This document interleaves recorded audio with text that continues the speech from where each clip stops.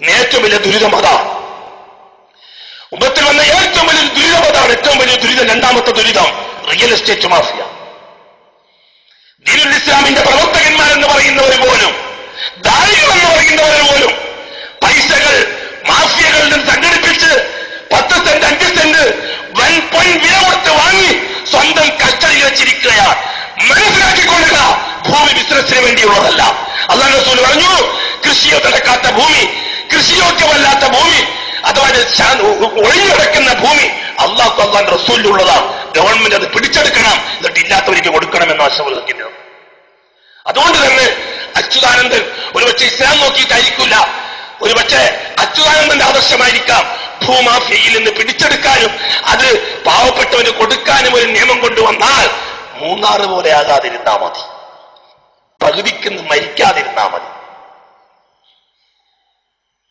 ഒരു കാര്യം മനസ്സിലാക്കിക്കൊള്ളുക, ഇസ്ലാമിക ദൃഷ്ട്യ അവിടെ ഇവിടെയും 5 സെന്റും 10 സെന്റും ബിസിനസിന് വേണ്ടി വാങ്ങിവെച്ച് മുന്തിയ വില വരുന്നവരെ കാത്തിരിക്കുന്ന ബിസിനസ്സുകാർ ലാലിമ്യങ്ങളാണ്, അക്രമികളാണ്.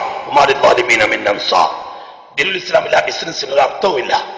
മാത്രമല്ല ആ ഭൂമിക്ക് മുഴുവനും സക്കാത്ത് കൊടുക്കാൻ ആ ബിസിനസ്സുകാർ ബാധ്യസ്ഥരുമാണ്. ആ ഭൂമിക്ക് സക്കാത്ത് കൊടുക്കാൻ ആ ബിസിനസ്സുകാർ ബാധ്യസ്ഥരാണ്.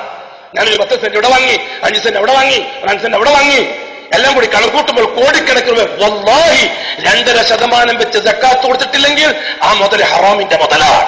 ഭൂമി വിൽപ്പനക്കുള്ളതല്ല, ഭൂമി കൃഷിക്ക് വേണ്ടിയുള്ളതും അന്തിയുറങ്ങാൻ വേണ്ടിയുള്ളതുമാണ്. അല്ലാഹു സുബ്ഹാനഹു വ തആല പറഞ്ഞത് അല്ലദീ ജഅല ലക്കുമുൽ അർള ഫിറാശ. അല്ലാഹു തആല ഭൂമിയെ പറ്റി പറഞ്ഞത് ജഅല ലക്കുമുൽ അർള ഫിറാശ.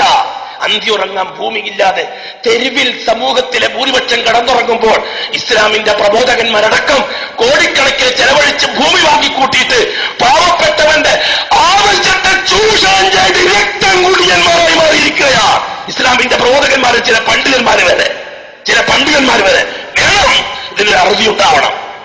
അതുകൊണ്ടാണ് ഈ മയ്യിത്ത് കെട്ടിന്റെ കാര്യത്തിലും ചാമോത്തോന്ന കാര്യത്തിലും 3-ാം പാർട്ടിയുടെ കാര്യത്തിലും മാത്രം ഇസ്ലാം നോക്കിയാൽ മതി, ബാക്കിയുള്ള എല്ലാം നിങ്ങളെ ഇഷ്ടം പോലെ മുസ്ലിയാക്കന്മാരടക്കം ഫത്ത് കൊടുക്കുന്നത് ഈ ഭൂഷന്മാരായ മുസ്ലിയാക്കന്മാരാ, ഇസ്ലാമിന്റെ കൊലയാളികളായ പണ്ഡിതന്മാർ, ചിലർ ഭൂമാഫിയക്കാർ. ഇസ്ലാമിന് അങ്ങനെ ഒരു ബിസിനസ് ഇല്ല. അക്രമമാണ്. അവശ്യ വസ്തുക്കളെ പൈസ കുറഞ്ഞ സമയത്ത് വാങ്ങിക്കൂട്ടുകയും പൈസ കൂടാൻ വേണ്ടി കാത്തിരിക്കുകയും അതുവരെ ഒളിപ്പിച്ചു വെക്കുകയും പൈസ കൂടിയാൽ വിറ്റഴിക്കുകയും ചെയ്യുന്നവർ റസൂലുള്ളാഹി തങ്ങൾ പറഞ്ഞത് പൂഴ്ത്തിവെപ്പുകാരനാണ്, അവൻ ശപിക്കപ്പെട്ടവനാണ്.